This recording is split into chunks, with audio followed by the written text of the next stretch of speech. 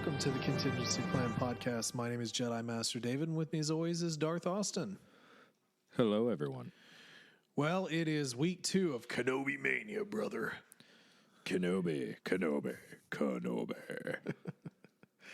Oh boy, we're counting down the weeks, aren't we? Counting down the weeks until the Kenobi series drops, and as sort of promised, we're going to over-deliver on Kenobi content. Yes, indeed. I feel like it's almost a birthday gift when we get this show. It's like a week or two away for me, so Have we really best gift. Have we really hyped up shows quite this much though?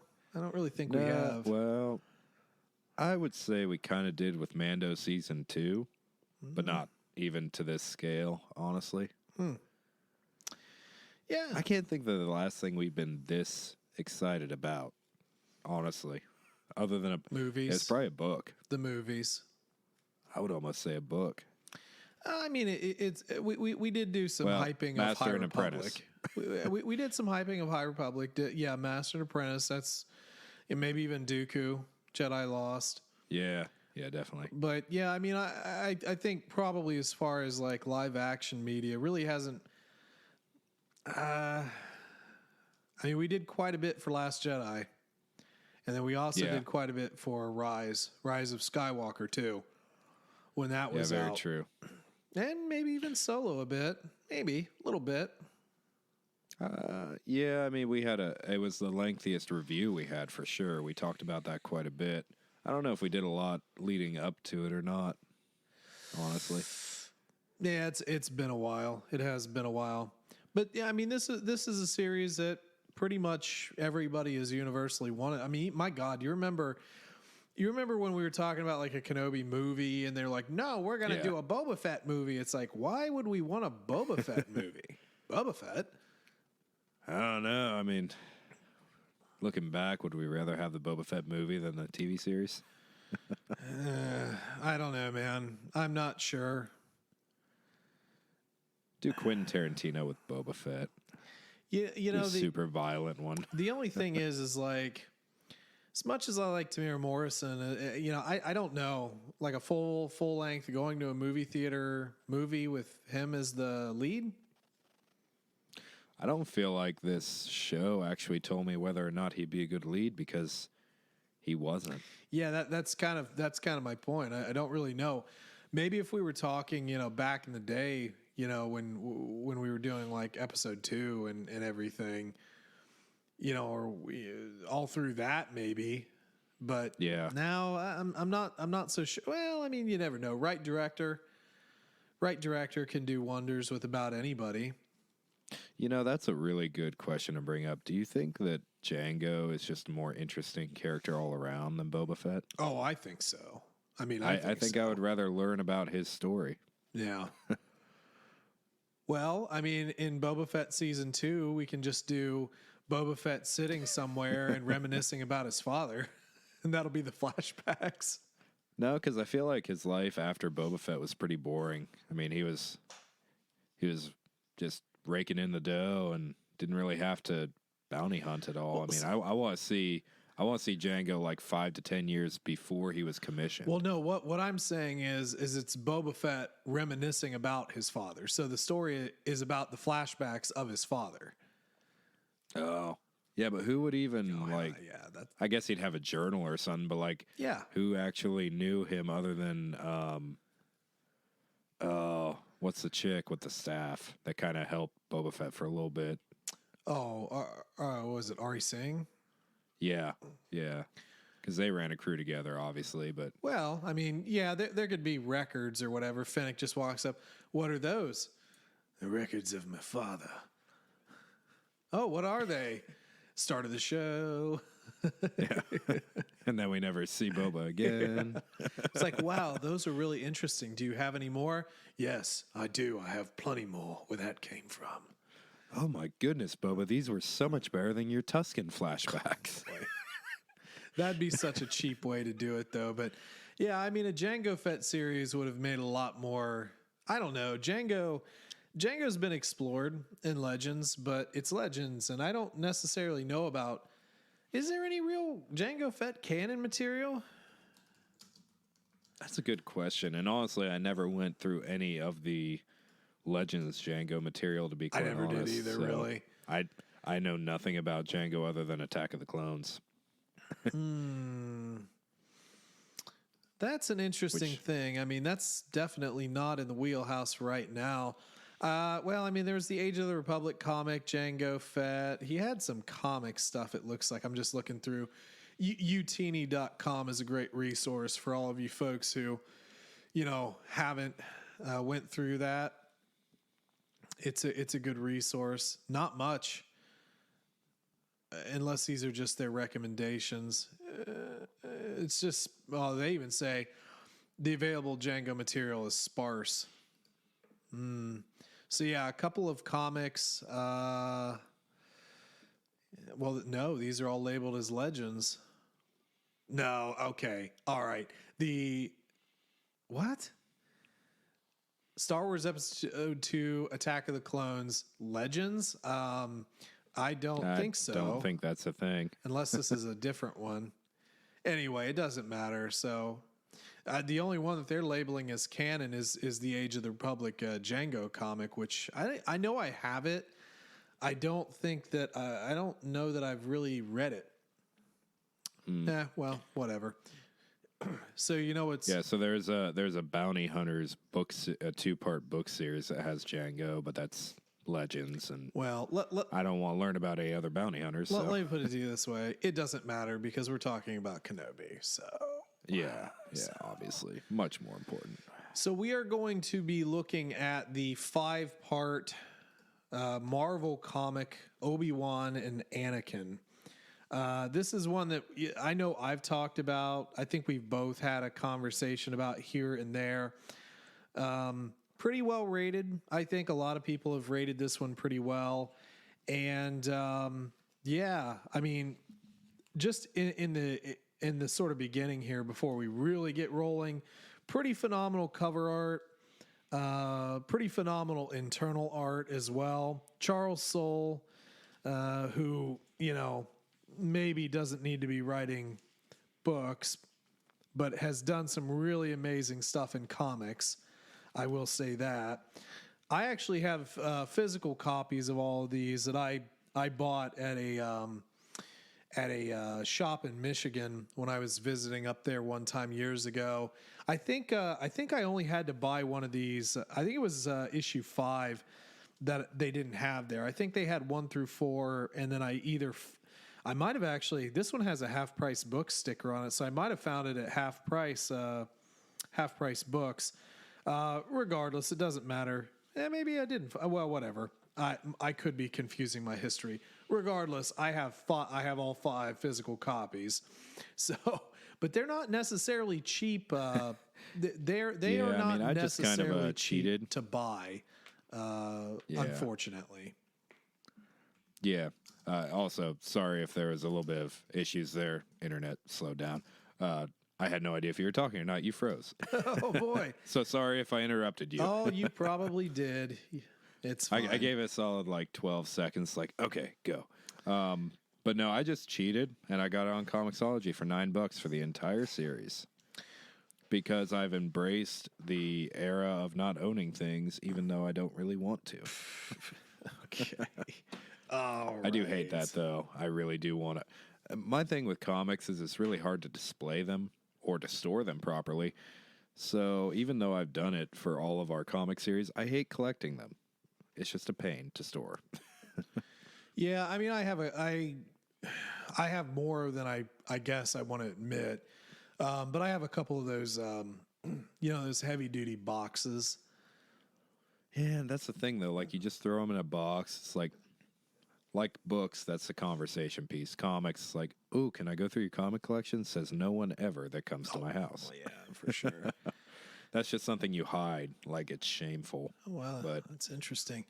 I was just looking here, just on my comic shop, and let me actually broaden this because they don't really have much on here available to buy. Actually, there is one low price one.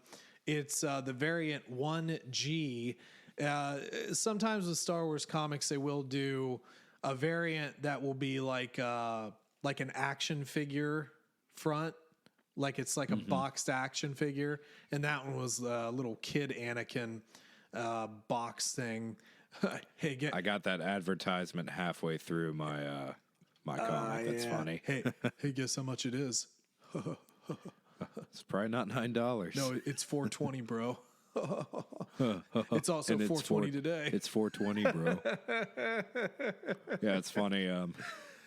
I call one of my buddies. He's like, "Oh, come hang out." It's like, well, first off, $4.20 isn't my thing. Second off, I'm recording tonight. He's like, "Are you guys going to reference that you're recording on $4.20?" We just did. Like, no, we probably won't because it'll drop on Sunday. But then we ended up doing it anyway. We did it anyway. We did it live. Yeah, it's there. There's actually not a lot available here. First cover of episode, the A cover of issue 1, $13, and then everything else is out of stock. There is one here of issue 5, which looks like the standard cover for $4.80. But yeah, my comic shop, we're not plugging them, but I have bought some stuff off there. They've been a decent resource for, getting some of the backdate stuff. So anyway, 2016 Obi Wan and Anakin, that's what we're going to go over today. Kind of an interesting story. But I guess before we get started in there, how's your week been? Oh, not too bad. Not too bad at all. Well, we'll just go ahead and announce now on the podcast. I am having a baby. Just found out last Friday. You physically? You yourself? Yes, I am getting chubby. Yeah. Beer baby. Yeah, we were able to get together for Easter, which was nice. You made a prime rib. And that was very rare, and that we watched a children's show. It wasn't bad. It was a little rare, but it wasn't bad. I've told you this before.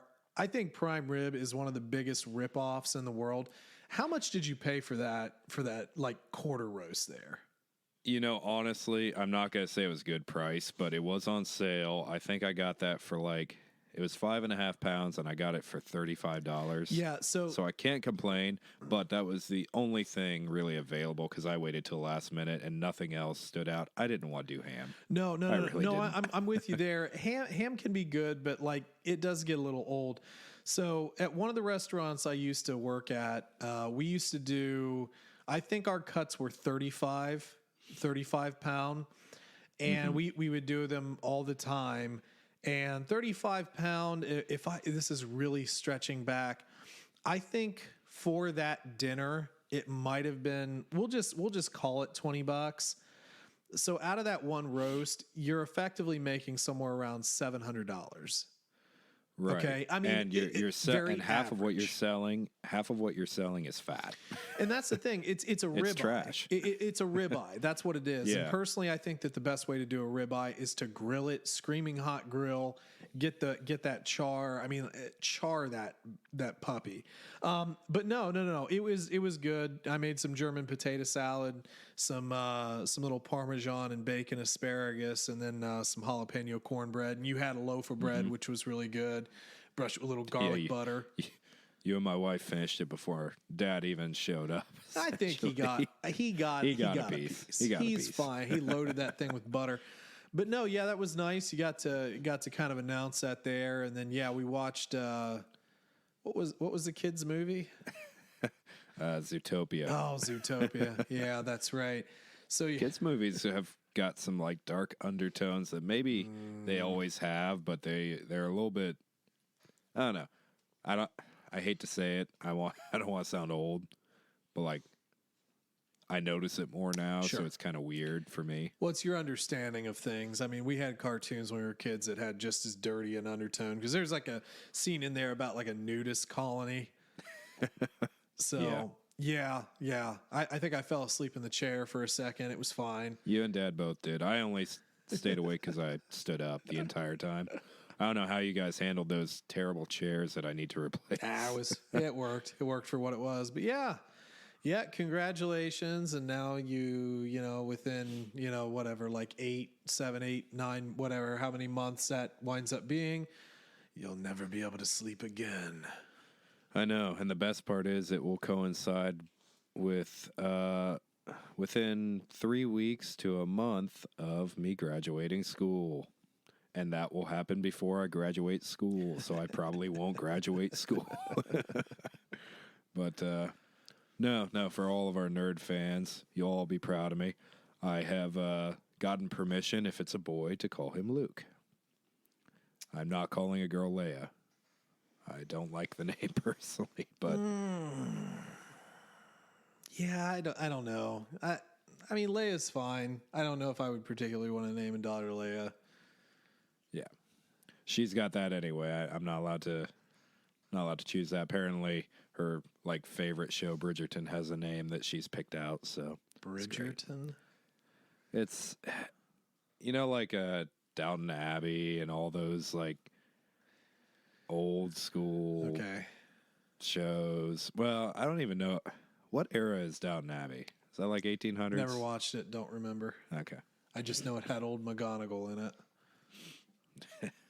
But yeah, it's just one of those old European monarchy shows. So it's gonna be like an old person name, like Ruth. Yeah, Eloise. Oh, gosh. Nah, well, if it's Eloise, you can always call him Ellie. It'll be Ellie. Yeah, which is kind of a dog name. I'm not gonna lie, I would name a dog Ellie. All right, I'll do Ella. Okay. Either one. No, either or is good. Good. It's difficult with girl names because all the girl names that I personally like, her large family has already taken, so I don't have that's when much of an opinion. That's when you start adding Lynn's and what are the other trashy ones that you can put Ann's. on it? Yeah, Ann. I do Ann's. Yep. Well, Ann's a little classier than the Lynn. Sorry to all of our something Lynn's or something Ann's out there. We're not actually being serious. Well, it's a good thing my wife doesn't listen to this because her middle name is Ann. But it's a little different when it's in your first name. Well, yeah, that's different. I mean, that's a middle name. Goodness. It's an A initial. That's all that ever is. Yeah, no one writes that shit out. Goodness. Nope. All right. Well, good. Yeah, I mean, my week's been pretty standard. Nothing really too crazy going on. Just standard work stuff. We are going to go check out Bill Burr here in a couple of days. Go see him in downtown Columbus. So that should be interesting. The angry masshole himself. So that should be hopefully a good time. And you think we'll get the Mayfield reference? Just one joke. I highly doubt it. I don't think that's in his routine. But yeah, I'll do that. It's kind of sporting season, so we got Columbus Crew lined up here. With the following week, I'm going to go to a Clippers game at some point. And we have the Columbus Symphony Orchestra doing the music and screening of The Empire Strikes Back in the beginning of May. So that should be fun. Yeah. And then, just trucking right along, man. We've got a lot of Kenobi stuff to do, too. Yeah, more than we can actually fit in before Kenobi comes out. Well, for sure. And there's a lot of other things. We've got, we still never got around to Thrawn yet. We need to do Thrawn. Queen's Hope came out recently, so we need to do that. Thrawn's one of those things that I need 3 weeks notice because I need to reread everything. For sure. Shadows of the Sith, that's not until June, so we've got a while for that. Star Wars Padawan isn't until July, so we've got time for that. You talked about the Force Unleashed book. I talked about the Last Jedi series, and I actually found another one that I had forgot about that, here, entertain them while I get the book.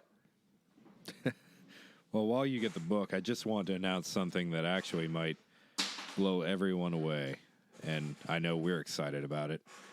Star Wars Visions has been picked up for season 2. Shut and your I mouth, can promise I'm back. you that within a year of it coming out, we might actually watch one episode of Look, it. shut your mouth, I'm back. We don't need to talk about that. No, it's this book. I got to bring up my screen. So this one, it's called The Last Jedi, but it's not the novelization. It totally is. I can see the cover. It's totally just the movie. No, it's not. It's the movie tie-in book. It's not though. It's different. It's surrounding somebody else. I've never heard of this book before, but apparently it's like a series or something. Who does it follow? Let's see. Order 66 has all but exterminated the Jedi. The few remaining have been driven into exile or hiding, but not. I can't talk. But not Jax Paven, who's been steadily striking blows against the Empire as a lone guerrilla fighter and a valued partner of Whiplash, a Sweequit. I can't talk. I don't know what it is. I can't read and talk. A secret Coruscant-based resistance group. Now he's transporting a valued Whiplash leader targeted for assassination from Coruscant to safety on a distant world. It's a risky move under any circumstances, but Jax and his trusted crew are prepared to pit their combat skills and their vessel's firepower against all Imperial threats, except the one Jax fears the most, Darth Vader. And Jax knows that Vader will stop at nothing until the last Jedi has fallen. Yeah, that's not a Jedi I've ever heard about. Yeah, at all. I have no idea, but I want to read it. So Michael Reeves and Maya Catherine Bonhoff. There's a lot of letters in her name. Even Catherine, there's 2 A's. Catherine. Whatever. But anyway, yeah, it's cool. It's a dude who kind of looks like Anakin. He's got a little Sith holocron on the cover. It looks sick. I found this. I found this at the Book Loft in downtown Columbus, which is a super cool place. If you haven't been there, have you? No, I was just actually going to suggest maybe we'll do something like that before one of our shows here coming up. Yeah, we need to do that at some point. It just goes on forever. Just like our intro here, as we haven't talked about the comics yet. But anyway, I want to work that one in too, because that one seemed interesting. I don't know if there's an audio book to that, but I do have the physical copy, and I'm sure we can get another one. But looks like a fairly small book, so it won't be too bad. It's almost 500 pages. Oh, really? That's going to be abridged, though. And other than the New Jedi Order, we haven't had much luck with abridged. I'm not a big fan of it, personally. It just depends. It really does depend. So, but anyway, let's go ahead and roll into our, well, actually, there's more. So before we kind of got on here, we were talking a little bit about Star Wars games. So Amy Hennig, who was a part of Naughty Dog at one point, kind of was like the creative director, head writer within the Uncharted series, worked on Jak and Daxter, which you played a lot of. Yeah. And this was funny. Her design debut in the Sony Nintendo Entertainment System game Michael Jordan Chaos in the Windy City. Now, I've seen gameplay of this game, and it is hilarious. Was it like a Space Jam style thing or what? Oh, boy. It was, if I'm remembering correctly, this is the one that, like, you threw basketballs at people. That was, like, his move. Oh man. So anyway, she had been a part of a project called Project Ragtag in 2014 along with EA. Basically, it never got off the ground. EA shut down that division and she departed.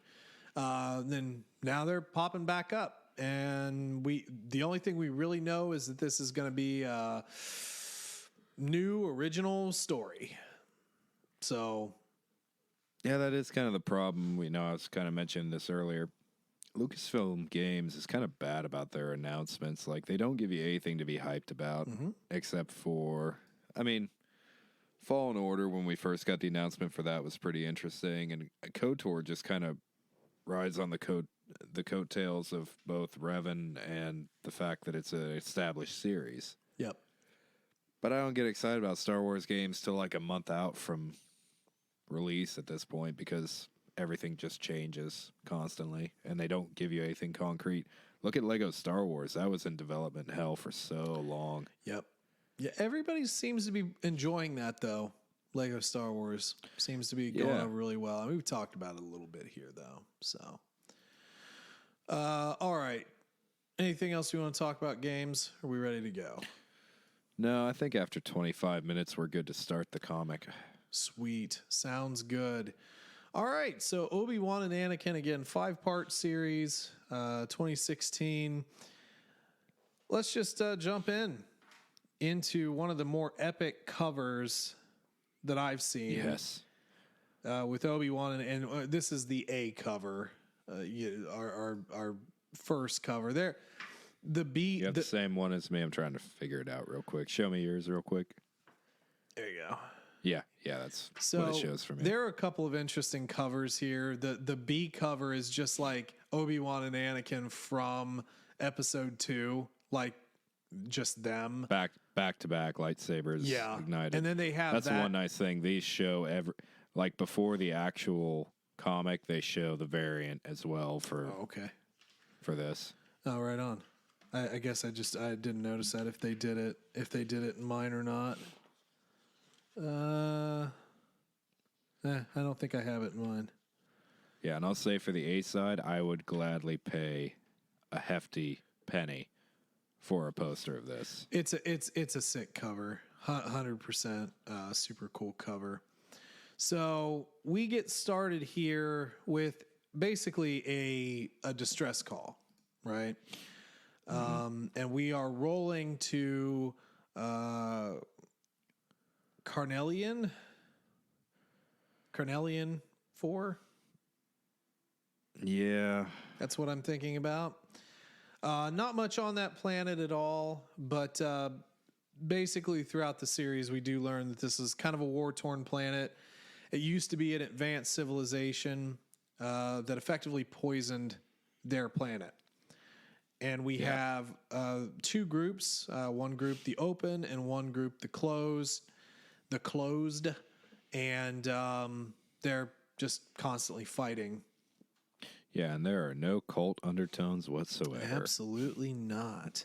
But Obi-Wan and Anakin come down to the planet, and we see some of, I guess these would be the open at this point. Call them sky gifts, which we'll get a little bit more as we go along. But there was this 2-page piece of art showing like the burned out city, which was, again, like the internal art on here is really great. It's a lot of green tones, but it looks so good. I will say this: one, Obi-Wan and Anakin do not really look like Ewan McGregor and Hayden Christensen. I was forgetting his name. And they definitely in this one have Anakin being much shorter than Obi-Wan. Yes. By the way, this is 3 years post Phantom Menace. Yeah, for 12, I mean, this is kind of a odd height difference, and Obi-Wan really isn't super tall to begin with, so it's even weirder. But yeah, Anakin's pretty generic, but I thought Obi-Wan was really well done, even though he doesn't look like Ewan. And again, it just kind of gets you excited for the series because he is so epic. I mean, the art for this is perfect. Yeah, they make him look huge and imposing. But as we crash land here on the planet, we start. What is up with Zeppelins?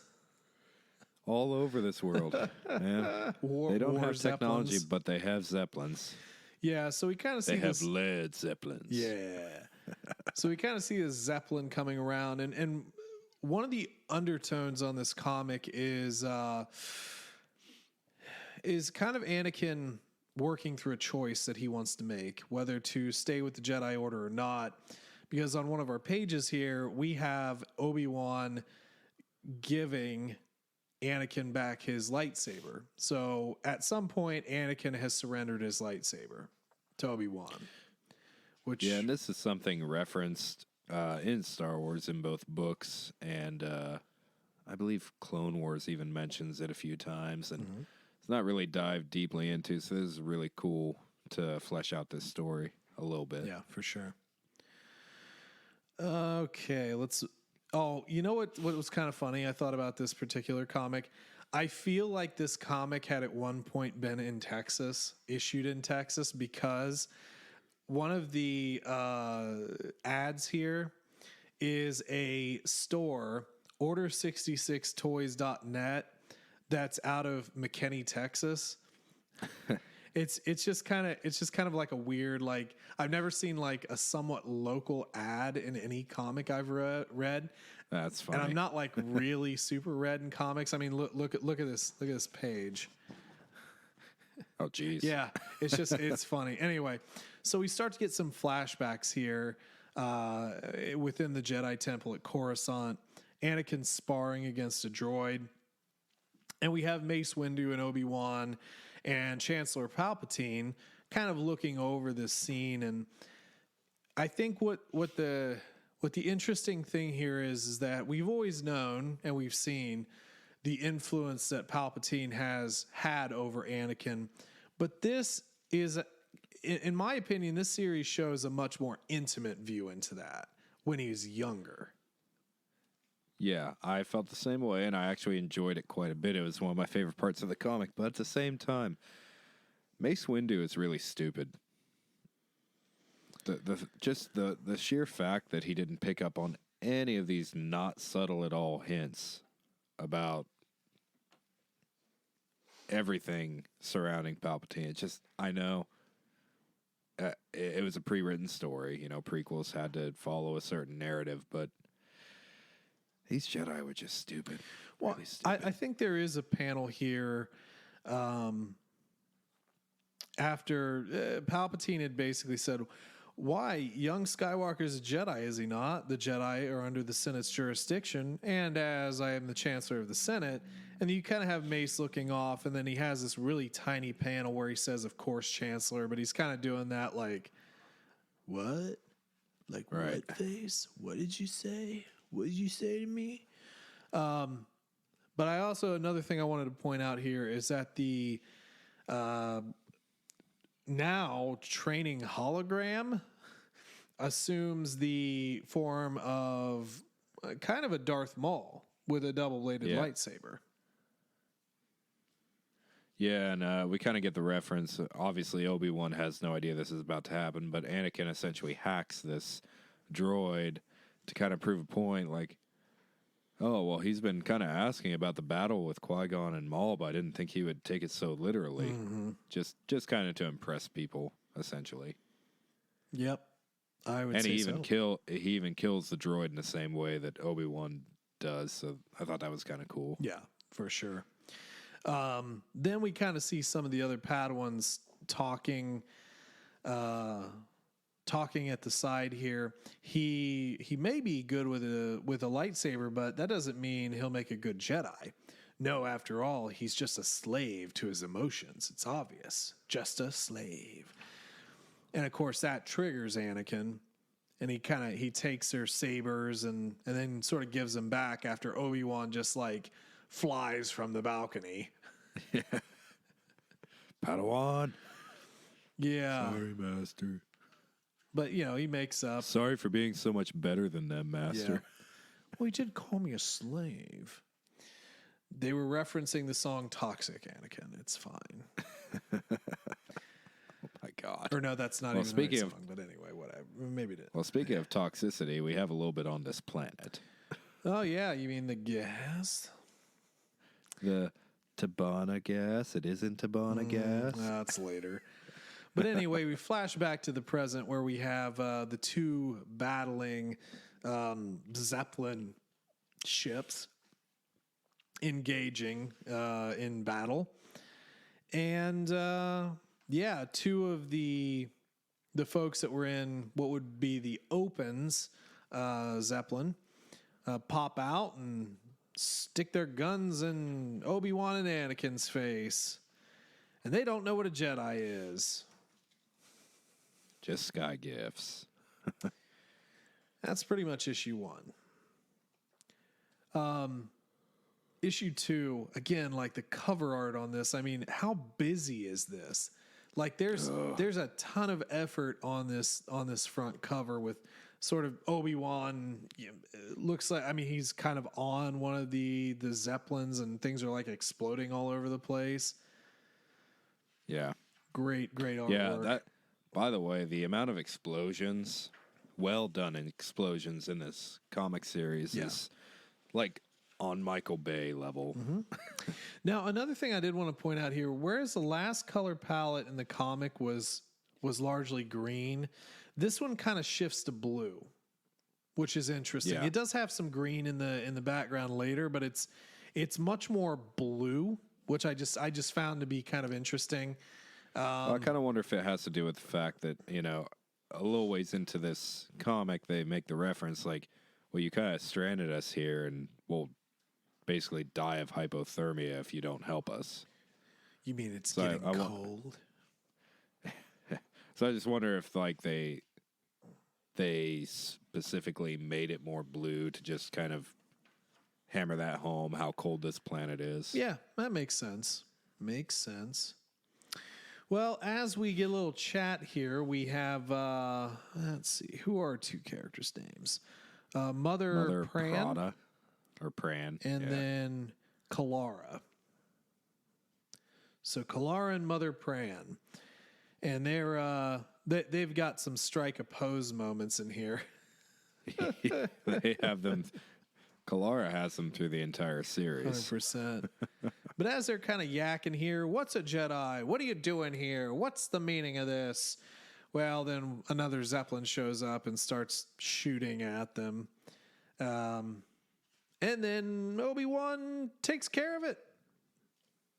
Yeah, I love the little panel where they're like, he moves so fast. Where did he go? And Anakin's just like, up. Yeah.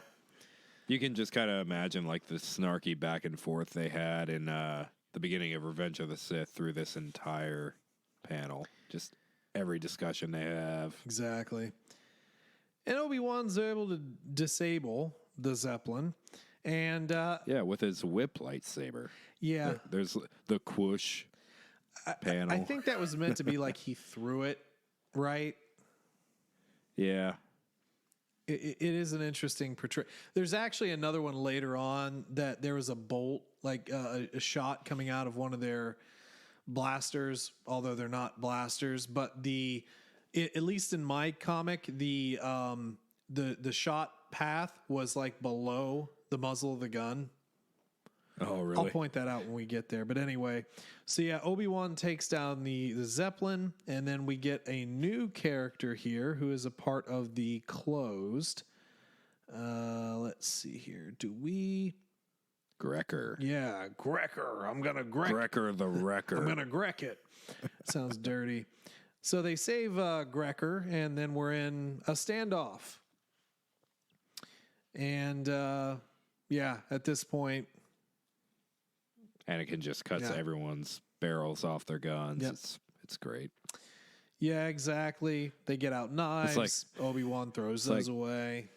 Oh, hold on. You guys are very close to each other. Let me just cut everything up so you got your sawed-offs and your snub-nosed. Exactly. But anyway, there's a little bit of back and forth. It's like, no, it's their fault. No, it's their fault. Don't listen to them. All they do is lie.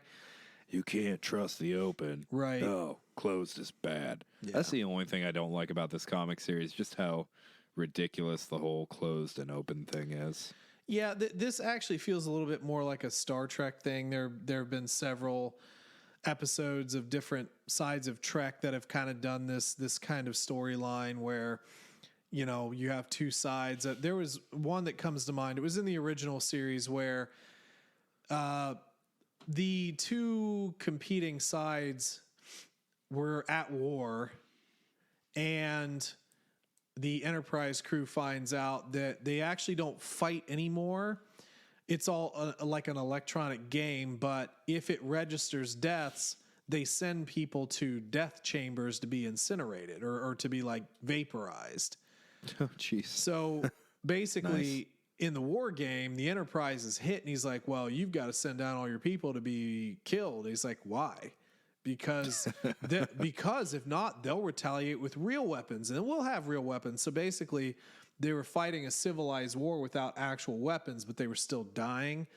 So the solution... I think they make a reference to that in Guardians of the Galaxy with like the Golden Race people. They have like all these little like arcade-style setups for their ships. And like they have to leave if their ship gets destroyed. Yeah, They don't die. They just have to leave. Sure. But no, they had to die, and basically they just disable the computers at the end. It's like, well, now you'll have to start talking. So there you go. And then they just left. I think eventually I'm going to start the very long journey of getting into Star Trek. Might as well. Never man. hated it. It's a good time. Never hated it. It's not that I was a All right. purist for Star So Wars. as we just move never along took the here, time to get into it. our combatants kind of turn almost friends, I guess, at least for the time being, because it's cold and they'll have to rely on each other to survive. And we've got a lot of weird creatures on this planet too. Like, what the hell are these things? It's almost like Lovecraftian creatures. They're actually really well done. I mean, they're cool and intimidating creatures, don't get me wrong, for the most part. But, yeah, I mean, we got these weird raptor bird things and all kinds of stuff flying around. Seems like the inhabitants of this planet should be, like, fighting them. Right. Why are you fighting each other? Like, you probably would not... You'd barely survive if you were actually one cohesive army. Yeah, I don't know, man. I don't know. So anyway, we get another bit of a flashback as Anakin's kind of trying to do, well, like beast mastery of these guys, and he can't. And he winds up cutting their heads off, all of them, the women, the children, the men. Well, that's true mastery of beasts. Yeah, I guess. But we get a bit of a flashback here again to Anakin like trying to work with like a rhino. Yeah. Well, no, that's probably I guess it's not that thing from episode 2. It looks like a rhino. The Reek or whatever they're called. Oh yeah, true. Yeah. Yeah. A little too small for a Reek. Well, anyway, he's called away. It's called away for a little appointment with Papa Palpatine. Old Palps, you know, he wants to take Annie down to the to the bottom levels of Coruscant. It's like, hey, would you like to go to a bar with me? I don't know. Hey, I don't know. Hey, 12-year-old Padawan. Would you like to go Chancellor, to a bar? I don't really think we should be doing this. Do it. Okay. It's like a Rick and Morty thing. Oh, jeez. Oh, jeez. Oh, Sheev, are you sure we should be doing this, man? But don't worry about it, kid. It's gonna be just fine. We're gonna go down and we're gonna mess with a senator. It'll be really great. You're gonna rig his game forever. It'll be Palps and Annie forever, and it'll just be us going on adventures. Palps and Annie, 100 episodes forever. 100 episodes forever, just you and me, and eventually I'll get your legs cut off, but I won't, that'll be mind blown, so, you know, but anyway, so. Suit I can control, but I won't tell you that. It's just... Really cool panels, though, for this club that he goes into. Absolutely. Like we see a Hutt and a Twi'lek and what looks like Bib Fortuna. It's a race. I mean, there's more than just Bib. It's but only I can't Bib. remember it.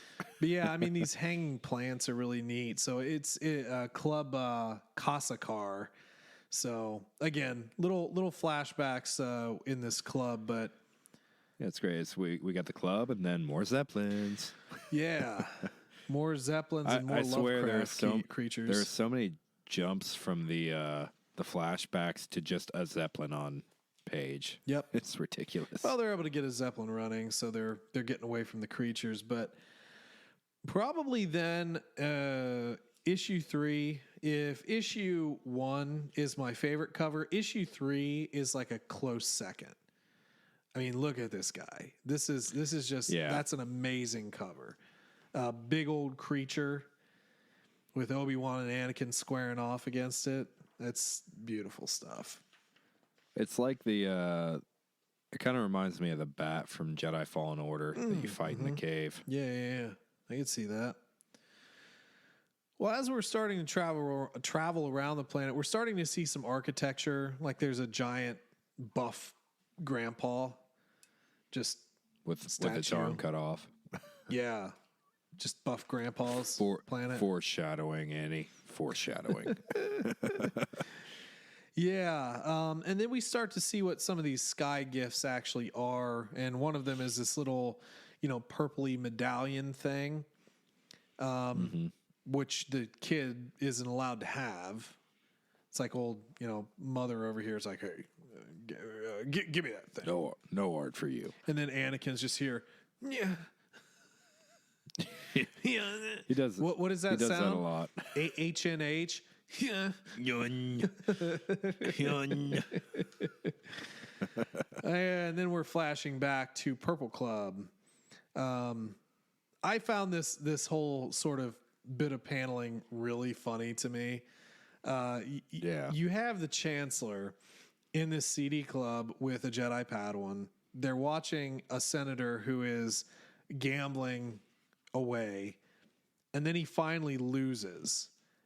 And it's possibly implied that Anakin might have helped the odds on these chance cubes, which is a big flashback to how even he was freed in episode 1.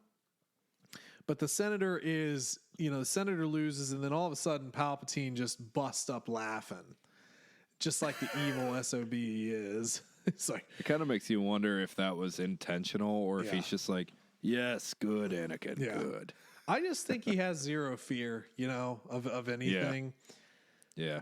But he's like, what are you looking at? It's like, oh, my boy over here. You just told me a really good joke. It was really cool. It's confirmed. Palpatine's the father. It's confirmed. It's actually kind of funny. I didn't really think about it that way, but yeah. My son told me an excellent joke. Hey, you sound really familiar. I don't know what you mean.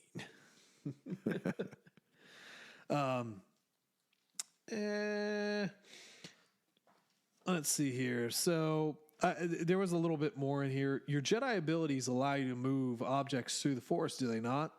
Yes, actually, I'm very good at it. Better than any of the other Padawans at my age, and most of the older ones too, which is like a super flex. I mean, everybody can move stuff. Get out of here, Annie.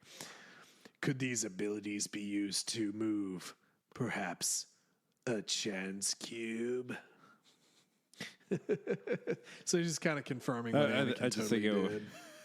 I think it'd be funny if Anakin's like, nope, can't move that. Too heavy. No, the laws of probability. I can only move grains of sand. That's why I hate sand. No, the laws of probability negate the Force, so chance cubes are immune to the Force. Okay.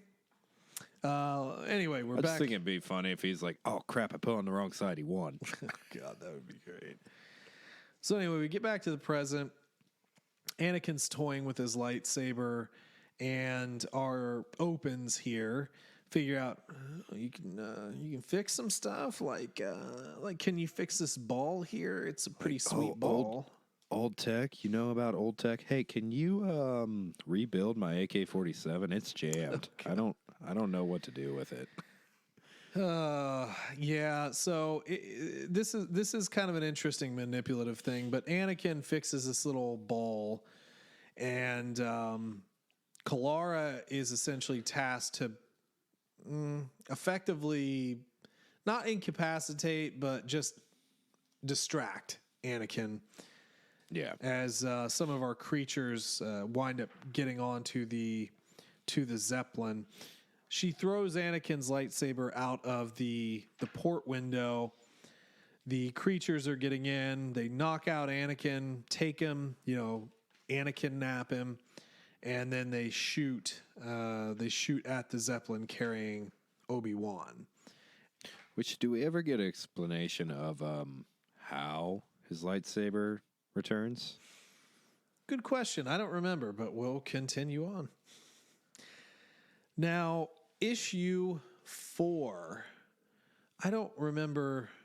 I think this is the A cover, but this is an interesting cover too. Yeah, we're essentially in the mind of Vader. Yeah, so we have, it's almost like, Vader remembering something, but we have Palpatine, we have Obi Wan, we have Anakin inside the head of Vader. Again, beautiful cover. Like, you're right, man. Some of this would make excellent wall art.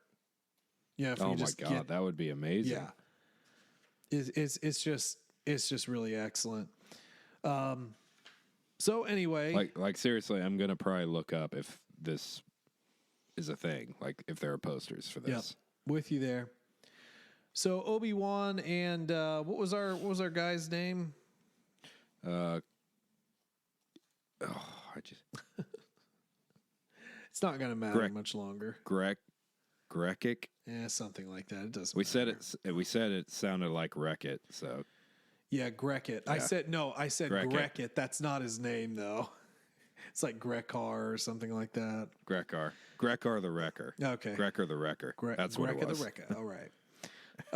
So anyway, I think it's kind of interesting. Oh, it's right there. Grecker. Anyway, it's funny how he's like talking with Obi-Wan here a lot about Anakin. It's like, you realize the boy idolizes you, right? Like, so if you had to pick a password for your desktop computer, like, what would it be? I don't know. It's the language is kind of weird because there's really no payoff for it. Yeah, I mean, it seems like a waste of panels in a way.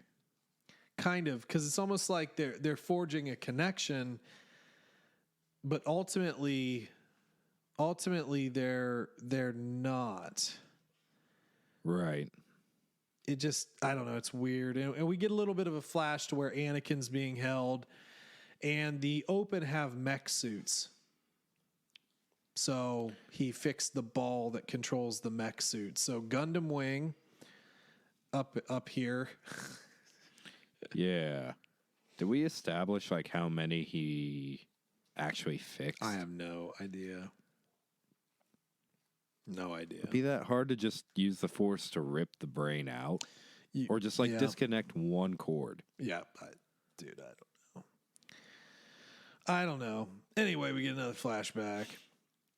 Anakin's with Palpatine in his little Palpa lair with the Senate guard there. I did like one of these panels where like you just see the eyes of the Senate guard just looking off to the side. It's like, I hear everything.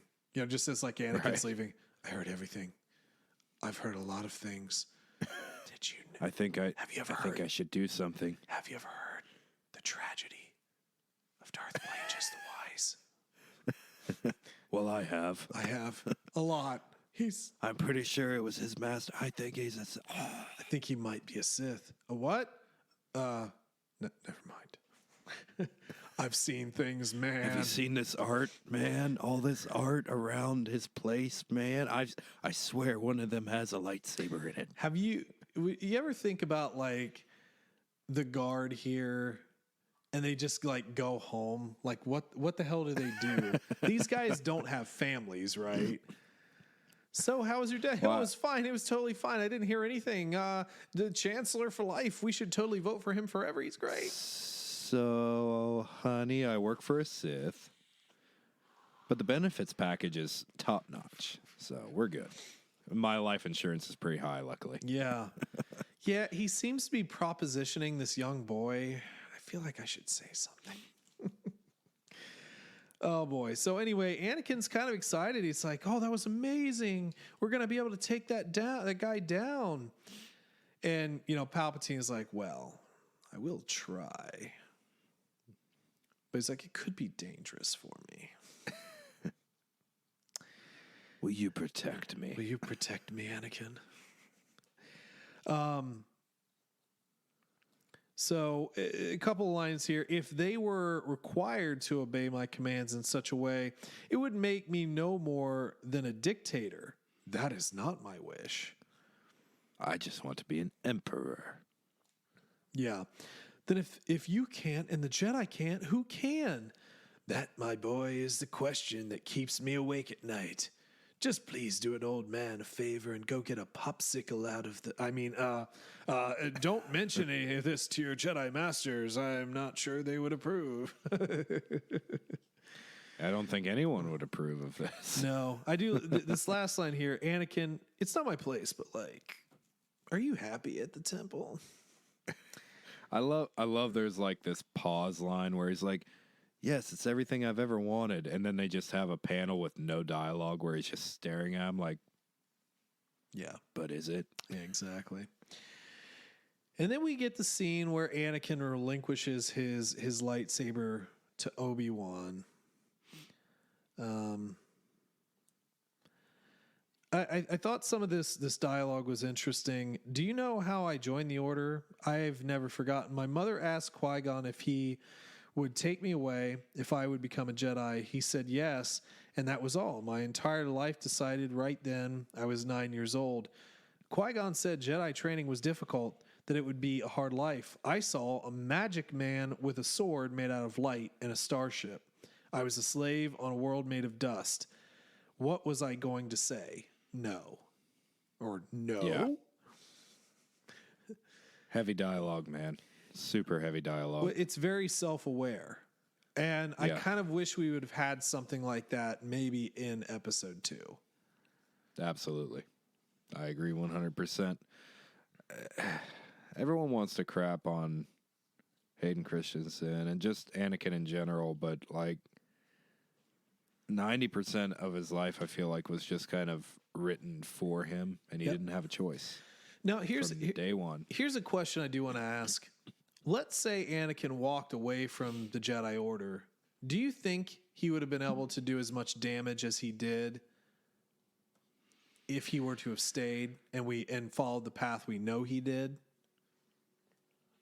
Well,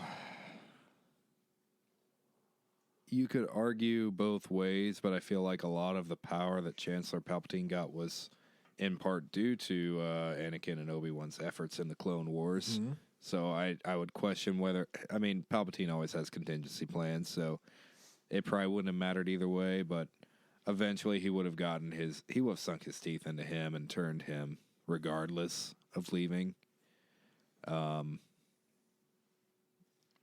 I guess in the end, the thing that always is the defining factor for me is in all these scenarios where things are different, in what scenario does he not get his limbs cut off?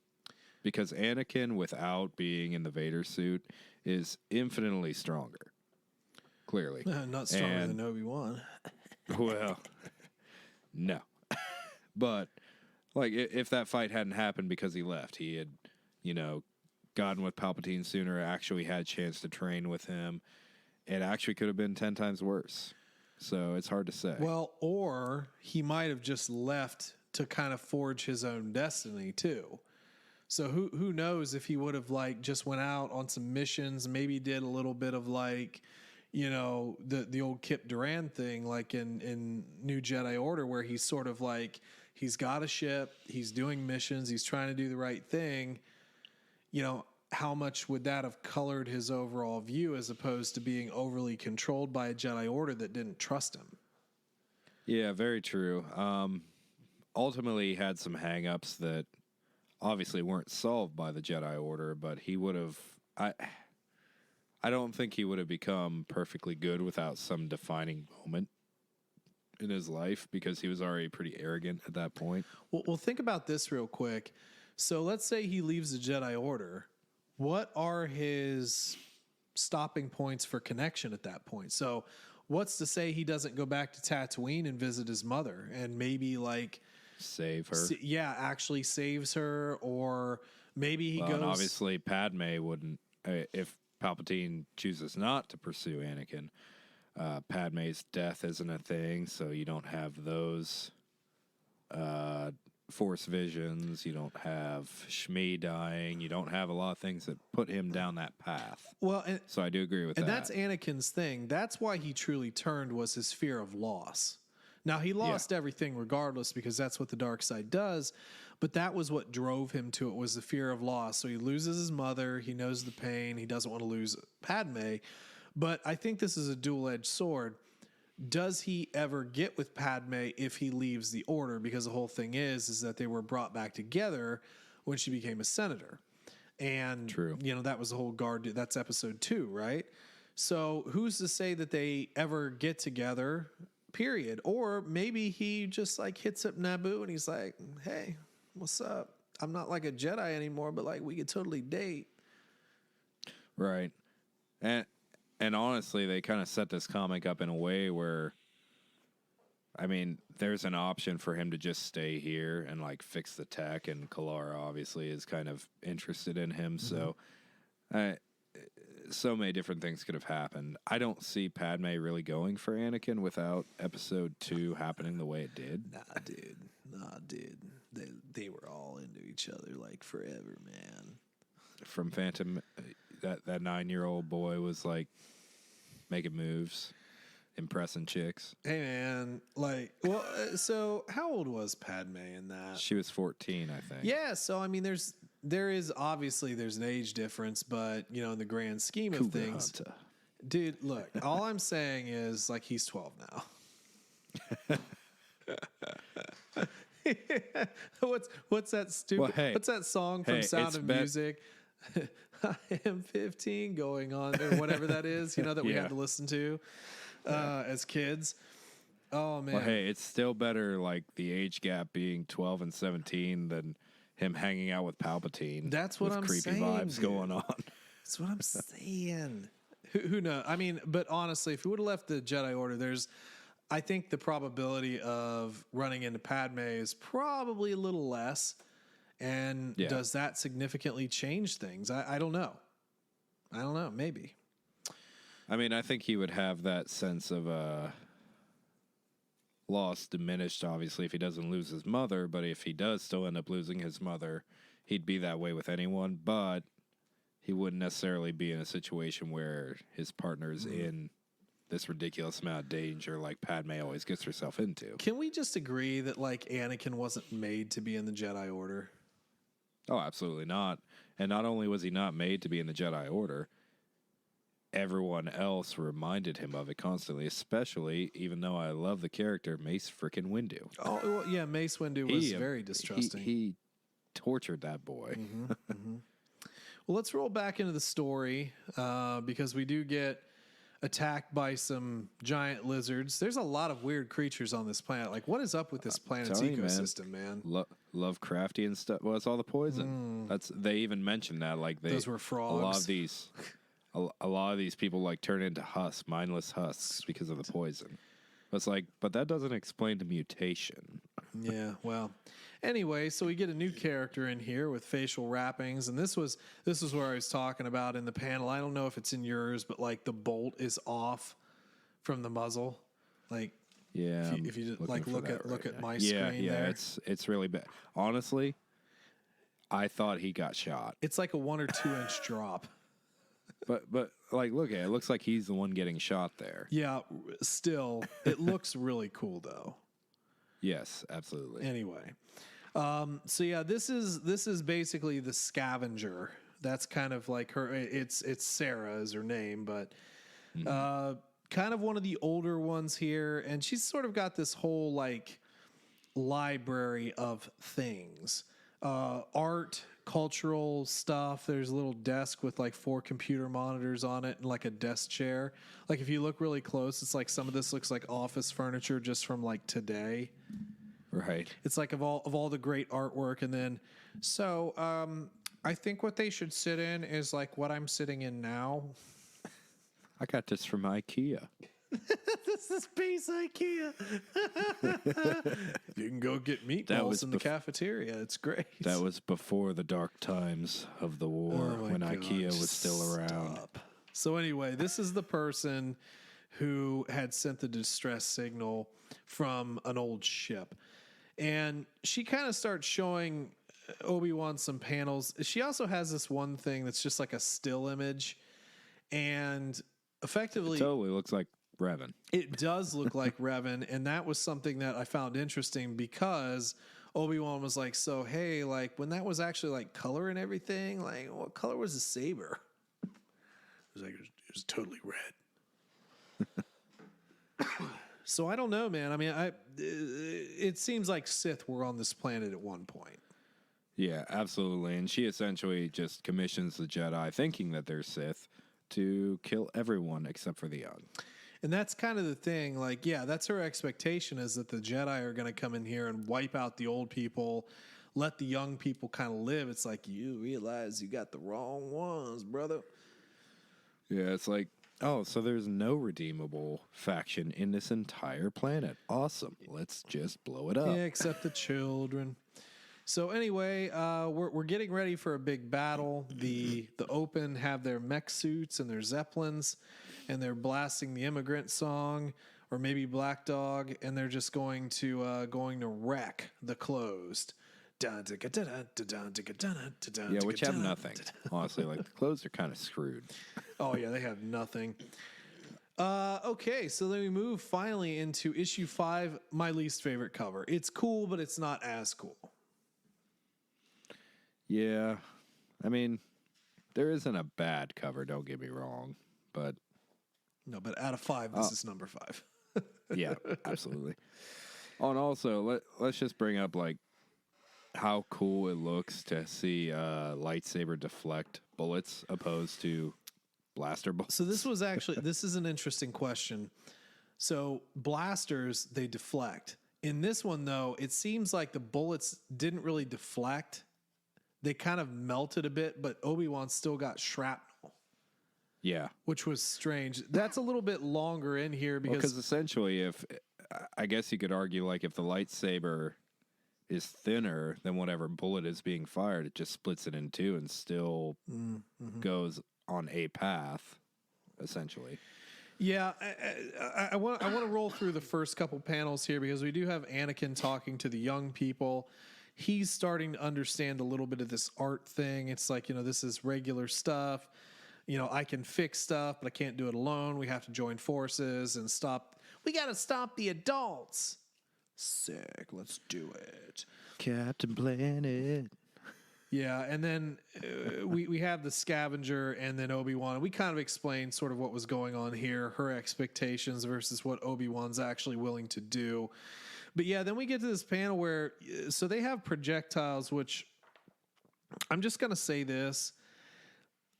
The person who illustrated this does not know what a bullet actually looks like because they put the full round, like primer, the casing, and all here. So I found that kind of interesting because that's not what a bullet looks like as it exits. Here's a question. Right. So we know that a Jedi can be overpowered by too many blaster bolts. Mm-hmm. But we see this, and Obi-Wan has these bullets, and he catches a few of them, but not all of them. So if, for example, we just bring up like just like like the Browning submachine gun or something with a rapid rate of fire, would the Jedi still be able to deal with that?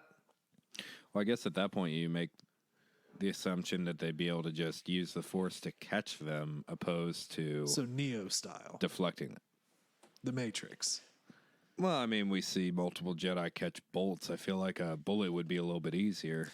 Although I will say this, Mythbusters did do a slight experiment on the bolt speed, and because you can see it, it's actually traveling much slower than a bullet, like much slower than a bullet. Right. And I think they kind of made that look a little bit more realistic in the sequel trilogy. But, I mean, it's a special effect, and you want to see the effect. But the thing is like, the speed at which it is coming is still fast, but it's seemingly not as fast as a bullet. Right. And, I mean, that's pure cinematography. There's no other option. Yeah. You have to. Yeah, exactly. And it's also, not to really just tear apart this entire panel, but the spread of these bullets, not only is it odd, but like they have all been fired clearly at the same time because like they're all in line with each other. Yeah. So it's like, artistic does the guy license. think that this is what shotgun shells look like? As they spread out? Like, is he really that clueless, or is it just trying to be more dramatic? I just found it funny that it's an entire piece of ammunition. It's not It's not the projectile. It's the whole thing. They're throwing the ammo at him because they don't actually have guns. That's funny. That's just funny. So anyway, we have the all-out battle going. Everybody's getting blown up. Anakin comes with his little kid crew with their little things that he made, their little ships. The scavengers all angry. I do like these faces. There's a, if you look at my screen, this panel down here where everybody's like looking up in the sky. Like some of the faces on here, like they're It's almost anime-ish. It's so funny. It really does make me laugh a lot.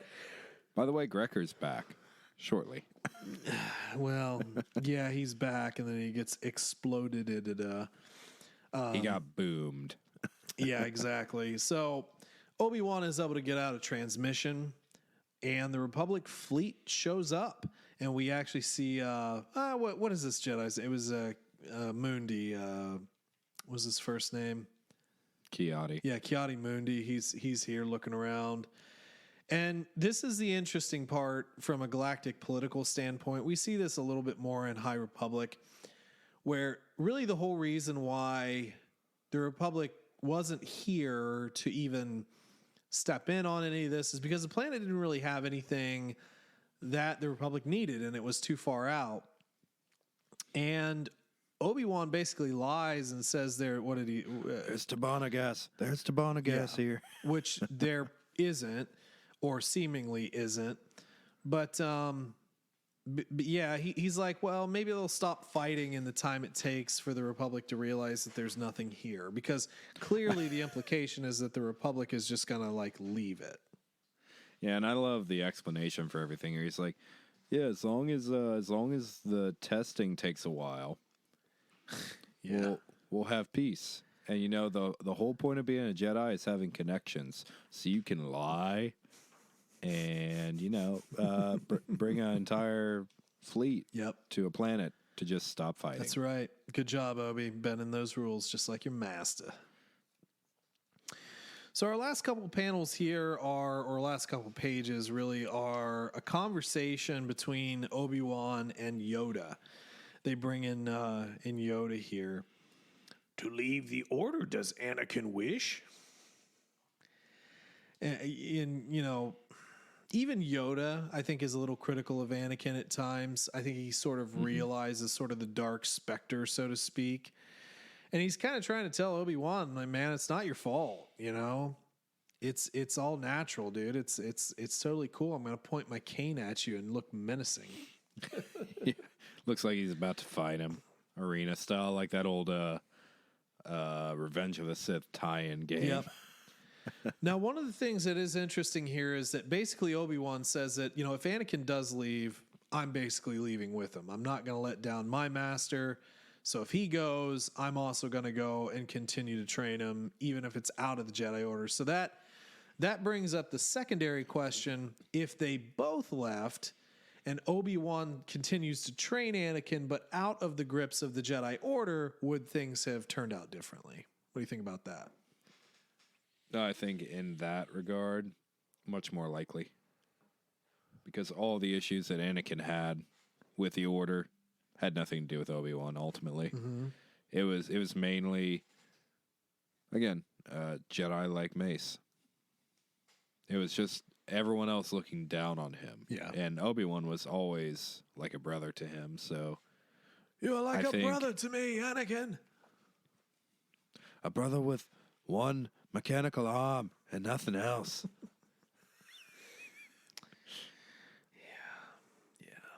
I don't know. It's an interesting question. There's a lot of paths that this could have taken. Ultimately, we know the path that was taken. It is what it is, but I don't know. Might have turned out different. Like, what if Obi-Wan goes out to Tatooine with Anakin, and you know they're doing Obi-Wan and Anakin things in the desert, and he goes to that bar store that we just read about in the book that he found later in life, and like he can, I don't know, make friends, and maybe he even turns that one guy, the bad farmer guy who was a jerk in that book, Oren Galt. Yeah, the Galts, and he turns them all around, and then they're all friends, and then you know they you know, maybe they don't have to murder all the Tuskens because they won't have to drum up the fake Tusken War, and maybe they just all go chop up the Hutts, so that just solves everything, and and it's great. And like Obi So Wan they can start become the Major story- Domo over Tatooine, and We start the Book of Boba Fett story with Obi-Wan early. There's this new guy in town, Jabba. Let's go deal with him. But first, let me get this death stick. I see you haven't brought me a tribute this week. That will be very bad for you. Oh my.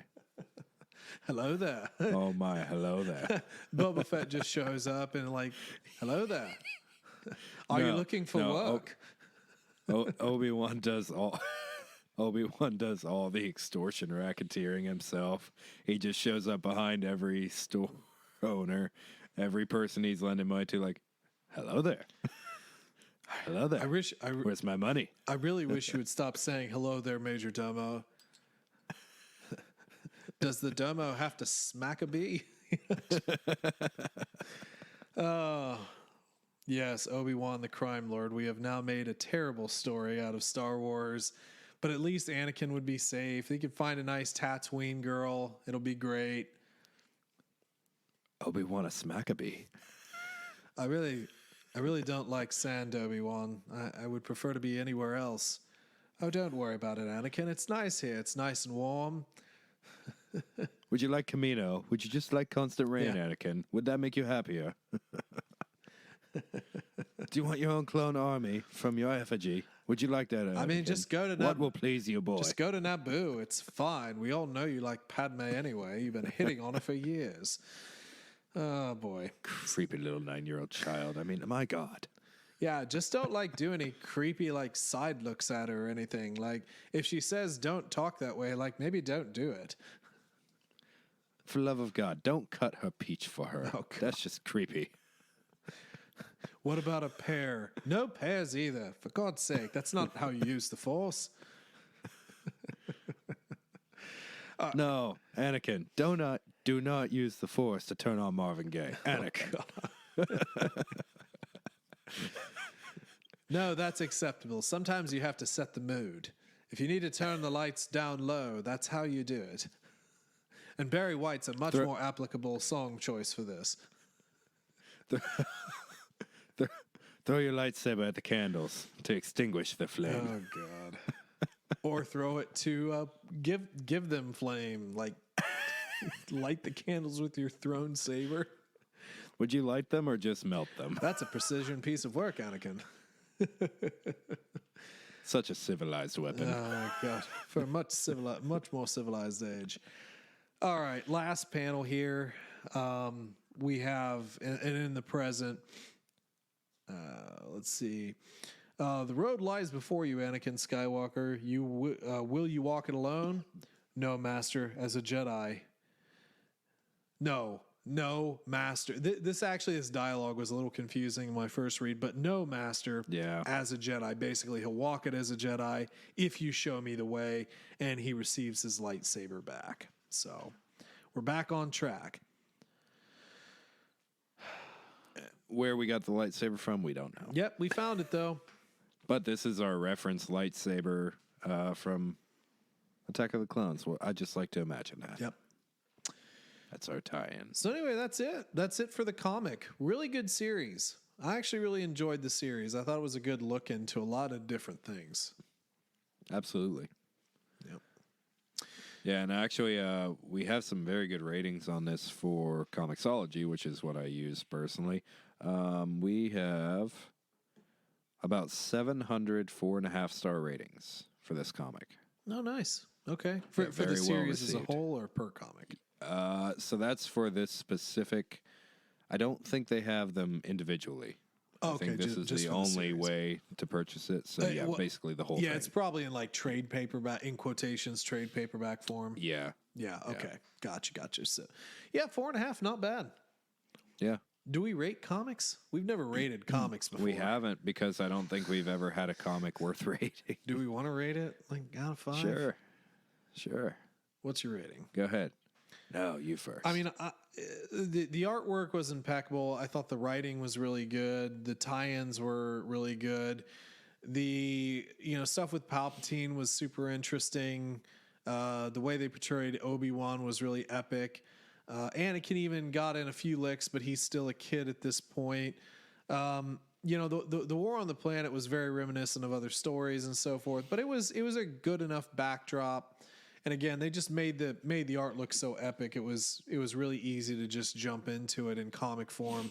And I think you said it too. It would have been nice to have more to this, almost not stretched out, but just more to the story. So yeah, I mean, I'd probably be at like a good 4.75 on it as a series. Yeah, I would agree pretty much with everything you said. The only issue I really have with this series ultimately is I kind of wish it'd been long enough to delve into this whole open versus close war, why they're called that for one thing, and just kind of how long the war's been going. You know, some context would be nice, but it's not enough to really affect my score a whole lot. Yeah, so I'd go with a 4.7 myself. There we go. Good ratings. Well, what else do we have to talk about? Anything else we need to chat about before we kind of wrap it up here? Yeah, I think that's it. Okay. Well, right on. Well, folks, hopefully you enjoyed this, and we'll obviously be, working on some other stuff. We've got the From the Journals of Obi Wan Kenobi next week. I think we kind of ironed this out after last episode, but From the Journals of Obi Wan Kenobi next week. After that, we'll be diving into the first issue of the new Kenobi comics, see what that's all about. The Brotherhood book, which is coming out fairly soon. The Approaching Storm, which is kind of a dive back into Clone Wars, and then the Kenobi series starts. So we are really counting down the weeks and really pumping it full of Kenobi. Just to, get alternate views of stuff. Heck, who knows? Some of this stuff could be tie-ins. You never know. So, yeah. Just keep listening. As we talk about this, John. Just wait in anticipation like us. That's right. So if you guys have read the comic, I mean, we'd love to hear from you. We're on the Twitter at TC Plan Podcast, Facebook. And, if you just want to send us a little bit more longer form thing, shoot us an email over to tcplanpodcast@gmail.com. We'll be more than happy to talk about any theories or any talking points you might have, and we'll share it on the episode, all that good sort of stuff. But I think that's about all we got for this week. So y'all have a good rest of your week. And as always, may the Force be with you.